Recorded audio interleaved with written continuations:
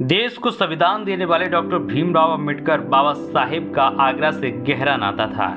गहरा नाता इसलिए था क्योंकि उन्होंने आखिरी दिनों में बौद्ध धर्म अपनाने से पहले ये आगरा की यात्रा की थी।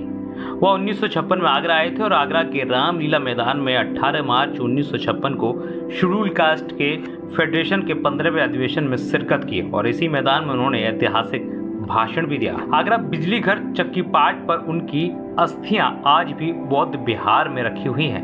देश के अलग अलग 6 स्थानों पर बाबा साहेब की अस्थियां रखी हुई हैं और उनमें से आगरा एकमात्र है। बड़ी संख्या में परिनिर्माण दिवस और जन्मदिन के मौके पर उनके अनुयायी इन अस्थियों को देखने के लिए इस जगह पर पहुंचते हैं।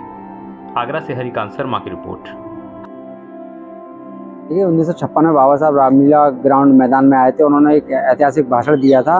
उसके बाद जो है बाबा साहब वहाँ से चल कर के पैदल यहाँ चक्कीपाट बुद्ध विहार पे आए थे। तो अम्बेडकर अनुयायियों ने सारी जमीन पर जो है फूलों से बिछा दिया था, मतलब उसे सजा दिया गया था। उनके पैर जो है जो भी पड़ रहे थे फूलों पर ही पड़ रहे थे। तो यहाँ आकर के उन्होंने बुद्ध की संदेश दिया कि मैं बुद्ध धर्म अपनाऊंगा, और उसके बाद जो है उन्होंने बुद्ध धर्म अपनाया। और उसके बाद 6 दिसंबर को जो है यहाँ बाबा साहब की अस्थियां रखी गई हैं। तो यहाँ तमाम अम्बेडकर अनुयायी आकर के उनकी अस्थियों के दर्शन करते हैं। मैं इसको लेके ये कहूँगा कि ये बुद्ध विहार जब बाबा साहब की अस्थियां रखी है 6 दिसंबर के दिन उनको यहाँ बुद्ध विहार में रखा जाता है दर्शन करने के लिए। कभी यही की एक संस्था ने आरोप लगाया था कि वो संस्था बेच दी गई है, यानी अस्थियां वो बेच दी गई है।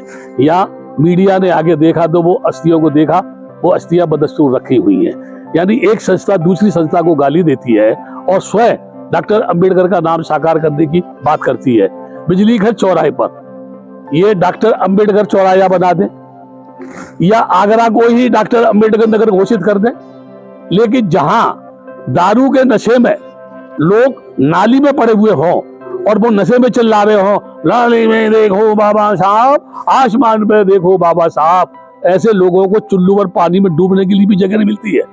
यानी वो बाबा साहब, वो महापुरुष जिसने विषमता को मिटाकर इस समाज के लोगों को समता दी, जिसने इनको जीने का हक दिया, जिसने इनको बोलने का अधिकार दिया, अभी ये इतने स्वतंत्र हो गए हैं कि अपने ही समाज को एक दूसरे को गाली देने में नहीं चूकते हैं।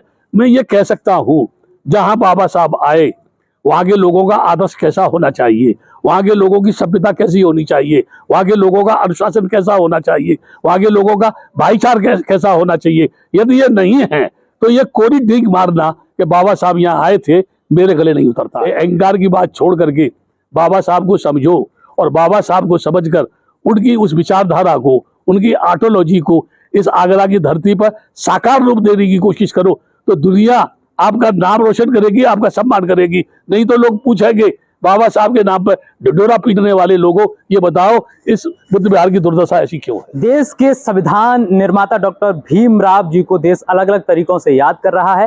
14 अप्रैल को उनका जन्मदिन है, लेकिन आगरा बेहद खास इसलिए भी है क्योंकि यहाँ देश में अलग अलग 6 जगहों पर उनकी अस्थियां रखी गई हैं धरोहर के तौर पर, और आगरा का बौद्ध विहार चक्कीपाट उन जगहों में से एक है।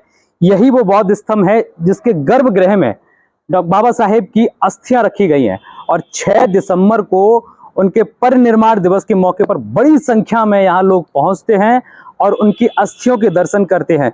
ये वही बौद्ध स्तंभ है जब आगरा में वो 1956 में ऐतिहासिक भाषण देने के लिए, यहाँ से थोड़ी दूर पर रामलीला ग्राउंड है, वो भाषण देने के लिए आए थे और वो पैदल चलकर इस जगह पर आए थे और यहीं पर उन्होंने पहले बौद्ध विहार की स्थापना की थी। देश का एकमात्र ऐसा बौद्ध विहार है जिसकी स्थापना खुद बाबा साहब ने अपने हाथों से की थी।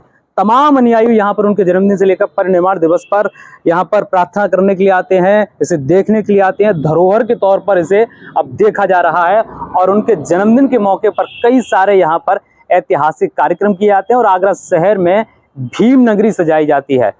दलित के बड़े नेता थे और यहीं से उन्होंने रामलीला ग्राउंड से ऐतिहासिक भाषण दिया था। उन्हें लग गया था कि पंजाब और महाराष्ट्र के बाद से आगरा एक ऐसी जगह है जहां दलितों की बड़ी संख्या, और यहीं से उनका आंदोलन भी शुरू हुआ था।